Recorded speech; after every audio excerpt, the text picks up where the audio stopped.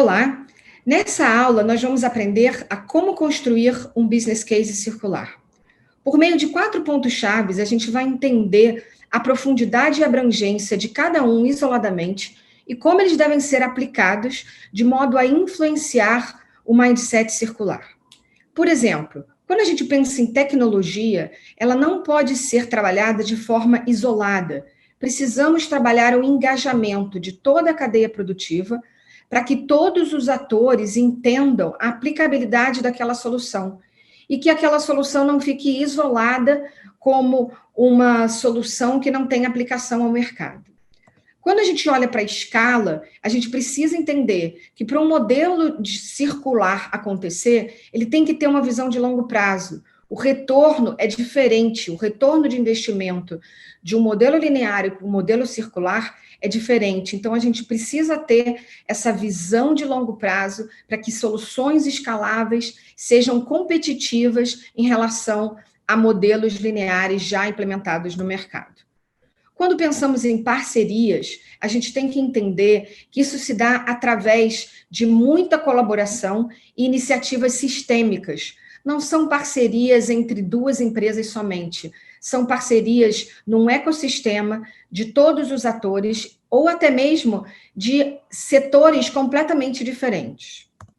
E a percepção de valor dentro da economia circular, ela tem um olhar diferenciado. A gente aprendeu que o diferencial competitivo dentro desse novo cenário não é mais baseado em qualidade e preço, e sim na oferta de valor para o mercado. Então, a gente tem que entender cada vez mais a visão do consumidor e o papel de liderança da indústria, a importância da indústria de se manter ativa, entendendo a demanda do mercado e agindo de forma diferente para colocar produtos e serviços no mercado que realmente gerem valor. Então, a gente vai passar agora por cada um desse ponto, mostrando exemplos para que a gente realmente entenda essa aplicabilidade e esse olhar do mindset circular. Por exemplo, quando a gente olha a tecnologia, a gente comentou que precisamos trabalhar essa integração da pesquisa com o mercado. A gente tem grandes centros de desenvolvimento tecnológico do Brasil e muitas vezes a gente vê o desenvolvimento da tecnologia ficando lá no centro de desenvolvimento e não vai para o mercado. Então, para que esse business case aconteça, a implementação deve ser obrigatoriamente feita com engajamento do mercado. Então, todos os atores, desde o início do processo, têm que estar engajados nesse desenvolvimento tecnológico. Então, a gente precisa ter esse olhar ampliado para soluções, para novas soluções já aplicáveis ao mercado. Então, por exemplo, quando a gente vê a questão de desenvolvimento de embalagens reutilizáveis, de refil, e o exemplo do Cup Club. O que é o Cup Club?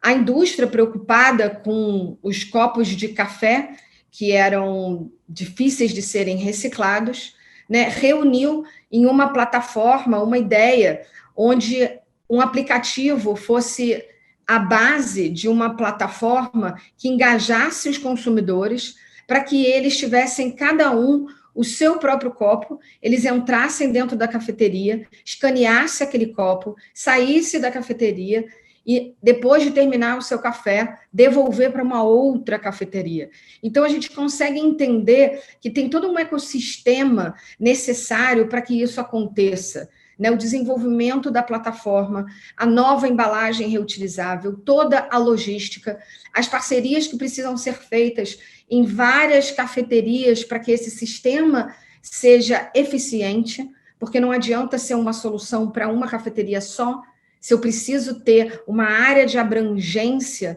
que permita que aquele usuário pegue o café numa determinada cafeteria, ande 3, 4 quarteirões e deixe o copo numa outra cafeteria.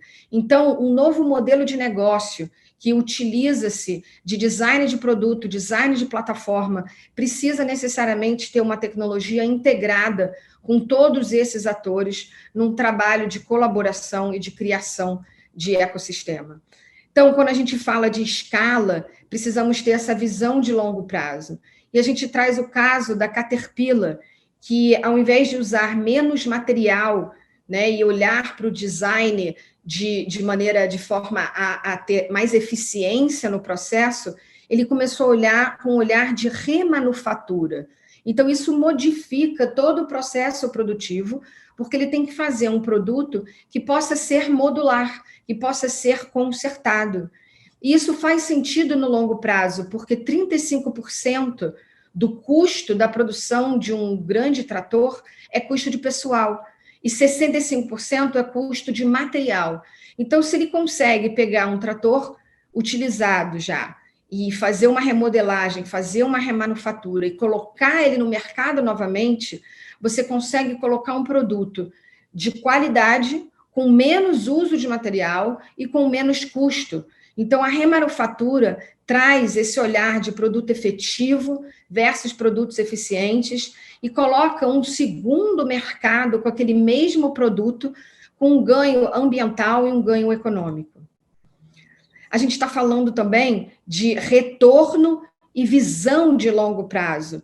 Então, a gente tem o caso da Econil e da Networks, que trabalham com nylon 6. Então, o grande diferencial desse modelo de longo prazo é que o produtor de fibra, que utilizava nylon 6 de base natural, de base virgem, foi procurar no mercado algum resíduo que teria a mesma base desse material, e descobriu que as redes de pesca, que era um grande problema, que ficavam no fundo do mar, eram feitas de nylon 6.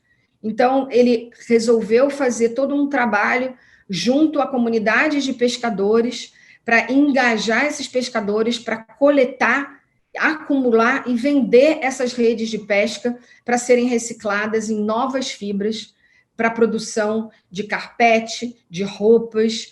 Então, na visão do CEO da Aquafil, que fez essa fibra Econil, ele fala que no início foi preciso investir para que esses produtos reciclados tivessem toda uma cadeia de suprimento, toda uma nova infraestrutura que foi desenvolvida para transformar o resíduo em matéria-prima. Só que hoje ele tem um produto no mercado com alto valor agregado e que marcas como a Prada estão utilizando esse produto e valorizando o produto final deles por terem matéria-prima reciclada. Então, ao invés de usar uma matéria-prima fóssil, de origem fóssil, ele conseguiu pegar no meio ambiente, resolver um passivo ambiental e transformou aquele material em matéria-prima, gerando renda para famílias de pescadores que se beneficiaram dessa nova cadeia produtiva. Quando a gente fala de parceria, e a gente traz o exemplo da importância de criar iniciativas sistêmicas, esse é um grande caso que eu gosto muito, que promoveu a reunião de 4 grandes marcas, cada uma fazendo um produto diferenciado, para que uma escala de demanda de matéria-prima reciclada fosse atingida, para criar um modelo de negócio e um retorno de investimento que fosse viável para retirar os plásticos do fundo do mar e serem reciclados em matéria-prima para a produção de caixas de computadores, cadeiras, skate, carpete. Então, esse projeto Next Wave Plastics, ele fala que eles criaram uma ação colaborativa para deixar um legado na nossa sociedade.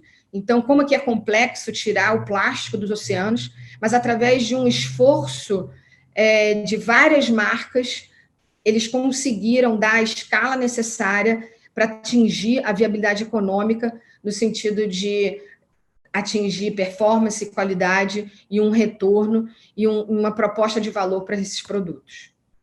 Por fim, a gente fala de colaboração, né? E como que isso se dá no desenvolvimento de um novo negócio. Então, esse é um caso muito interessante da Dupont, que ao desenvolver uma embalagem para levar alimento para comunidades isoladas da África, ela queria que fosse uma embalagem que fosse reciclada, que ela não tivesse só levando o alimento nutritivo para uma comunidade isolada e depois deixando a embalagem lá como um passivo. Então, ela criou todo um ecossistema de atores, são 12 parceiros para desenvolver a embalagem e, junto com isso, apresentar nas escolas uma campanha de conscientização para que os alunos e professores coletassem essas embalagens, e essas embalagens, então, foram desenvolvidas de tal forma que pudessem ser reprocessadas para produzir mesas e carteiras para as escolas. Então, é um produto que foi desenvolvido, na sua essência, já uma solução de como viabilizar esse ciclo reverso. Por fim, a percepção de valor está muito ligada à experiência do consumidor. A gente vê aqui, nesse exemplo, uma embalagem retornável para você receber produtos em casa, né? A gente está vendo aí nesse novo cenário que a gente está vivendo um aumento de compras online e a geração de resíduos dentro da casa das pessoas.